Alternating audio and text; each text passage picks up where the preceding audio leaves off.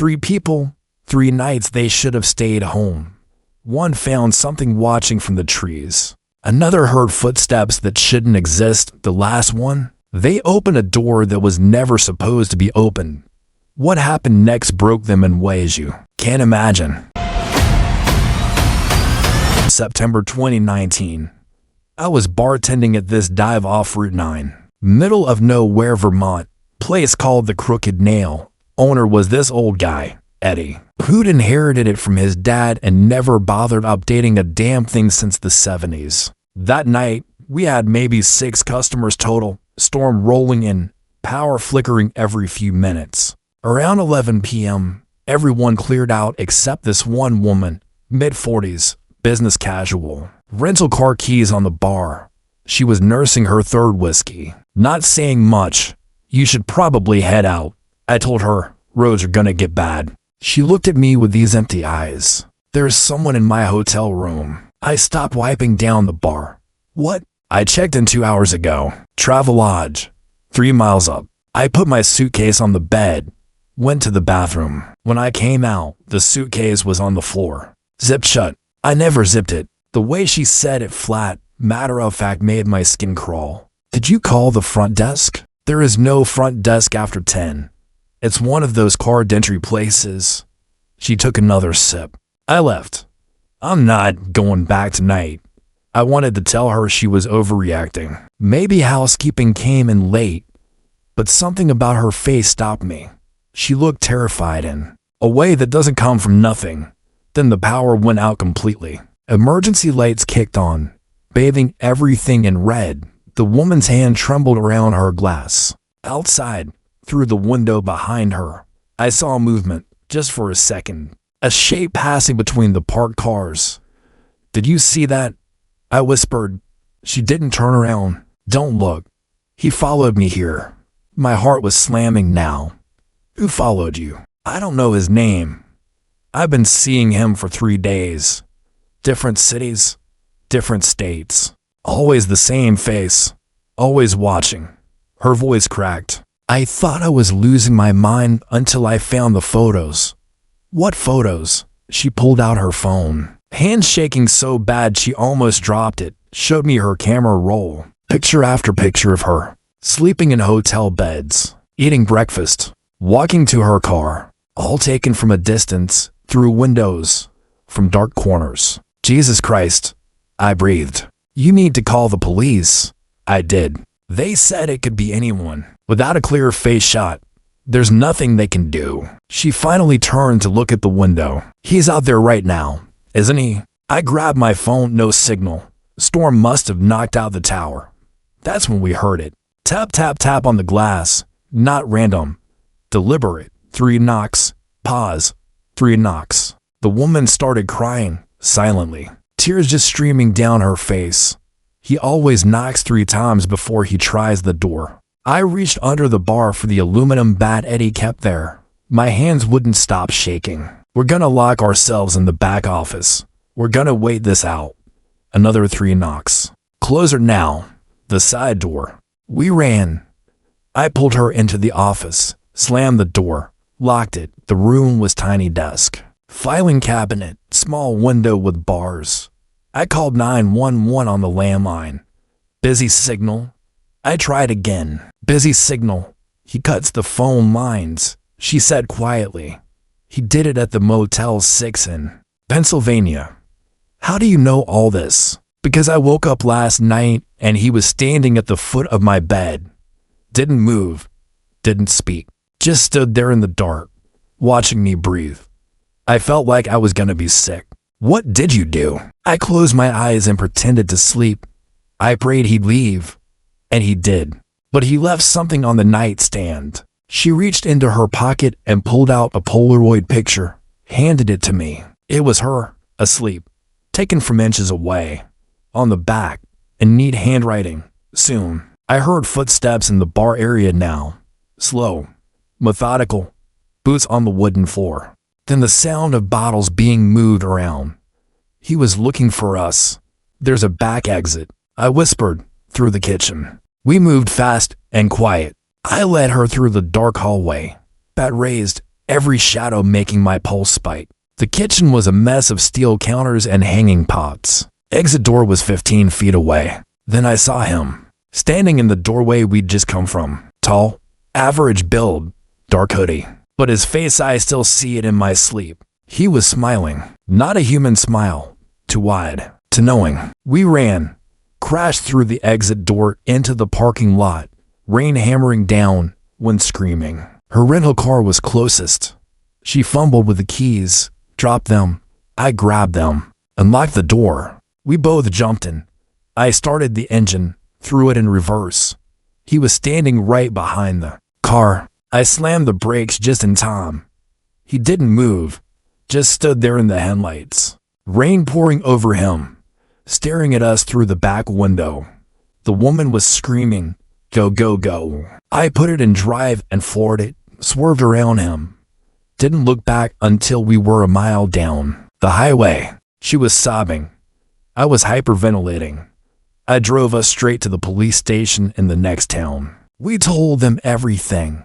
They sent units to the Crooked Nail and her hotel. They never found anyone. No sign of forced entry. No footprints in the mud outside the bar. The phone lines were fine. But here's the thing that keeps me up at night. When they checked the security camera footage from her hotel, the one she checked into that afternoon, it showed her entering her room at 6:47 p.m. And it showed someone else entering at 6:51 p.m. using a key card, walking right in like they belonged there. The police never identified him. They said the footage was too grainy. But I saw it. I know what I saw. And last week, I got a package at my apartment. No return address. Inside was a Polaroid of me sleeping in my bed. On the back, soon. I'm a long-haul trucker. Have been for 11 years. You see things on the road at 3 a.m. that you can't explain.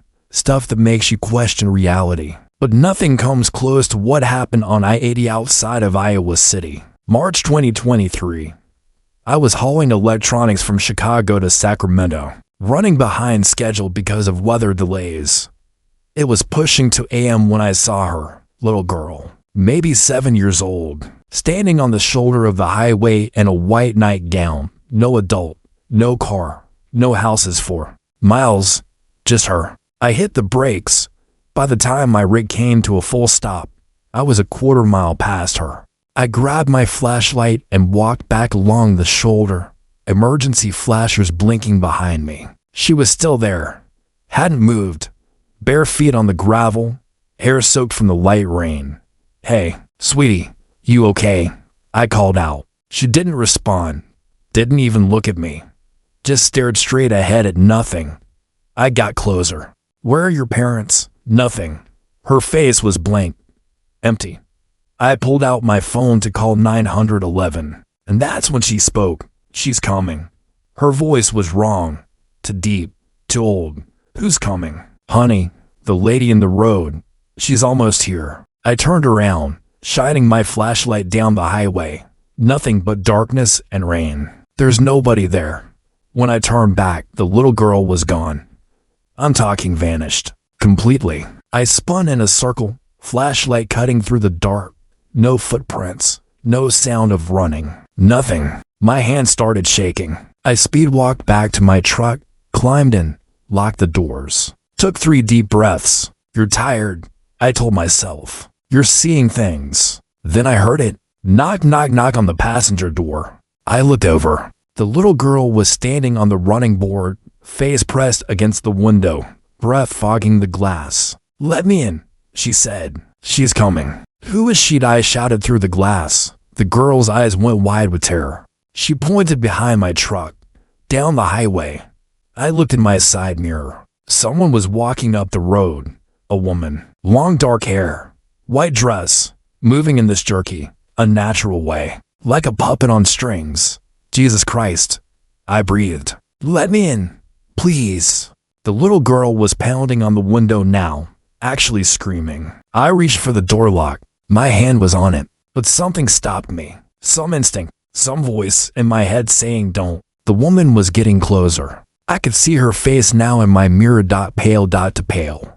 and smiling. God, that smile. Please. The little girl shrieked. I started the engine. Put the truck in gear. I'm sorry. I said. I drove. The little girl screaming faded behind me. I watched my mirrors, heart pounding so hard I thought I'd have a heart attack. The woman in white kept walking, kept smiling. Then she stopped, right in the middle of the highway, and she turned to face my direction, even though I was a mile away now. She raised one arm, pointed at me. My engine sputtered once twice. Died completely. No. I turned the key nothing dead. Everything electrical gone. I was sitting in complete darkness and silence on a highway in the middle of nowhere. Tap, tap, tap on my door. I didn't want to look. Every fiber of my being was screaming at me not to look. I looked. The little girl was back, but she wasn't scared anymore. She was smiling now. Same smile as the woman. You should have let me in, she said. Now she has to come get you herself. In my side mirror, the woman in white was moving again, but not walking gliding fast to fast. I tried the ignition again. Click, click, click. Nothing. The woman was getting closer. 50 yards, 40. Start. I was screaming at my truck now, slamming the key. 30 yards.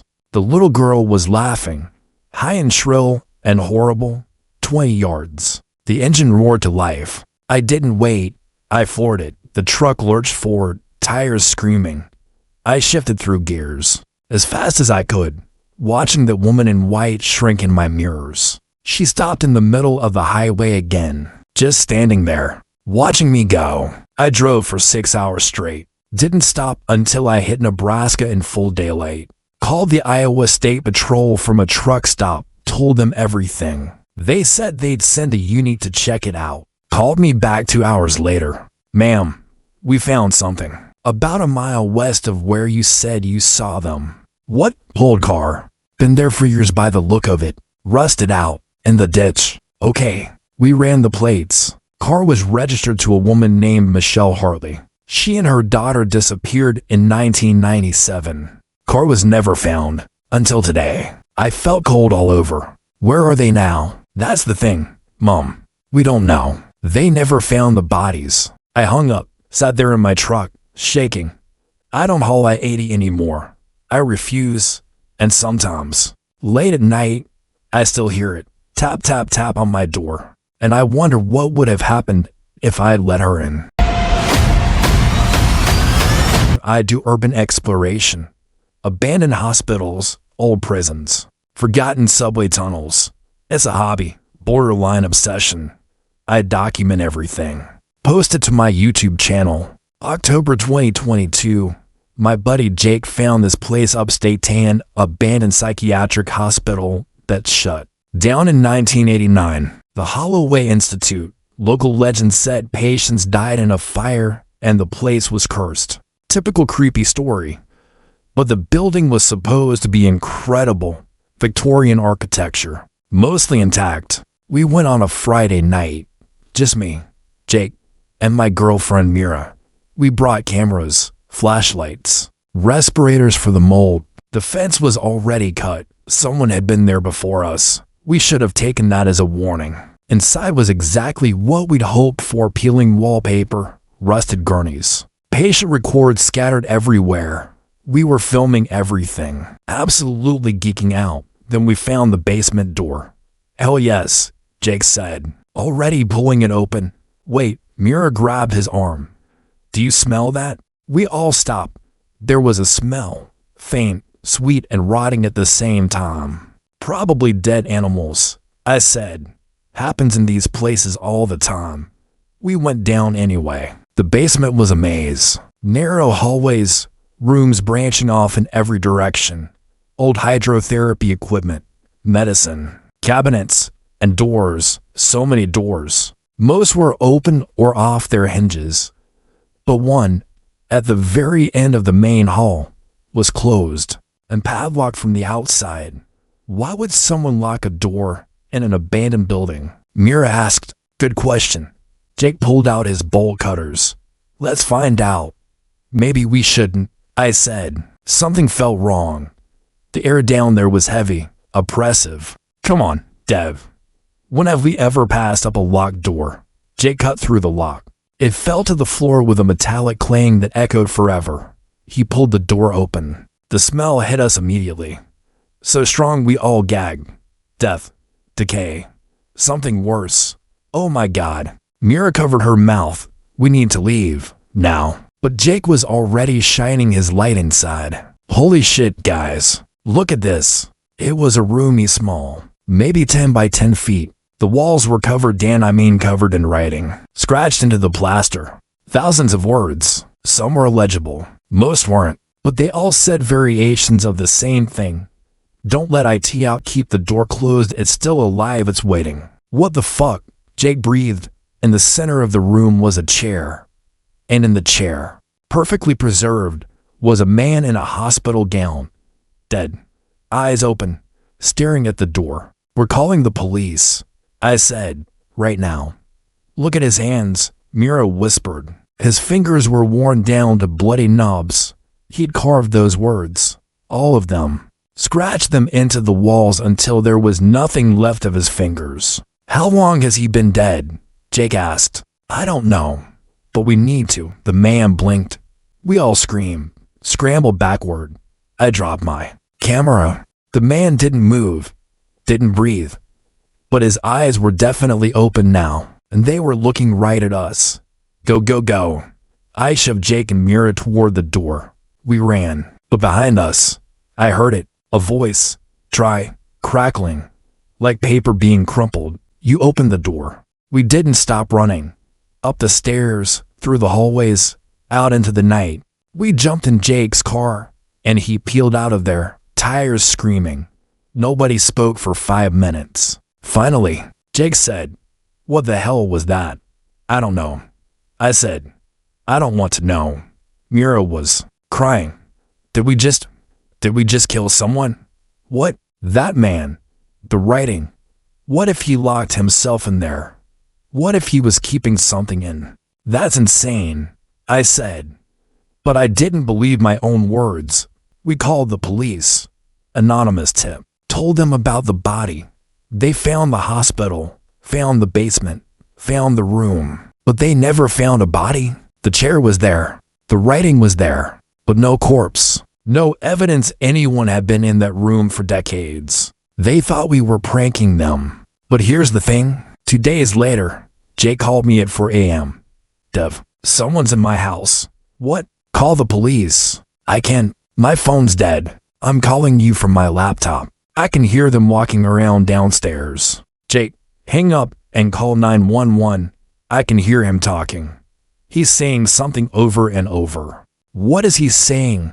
"You open the door. You open the door. You open the door." The line went dead. I drove to Jake's house. Police were already there. Break in. Jake was fine. Shaken up. But fine.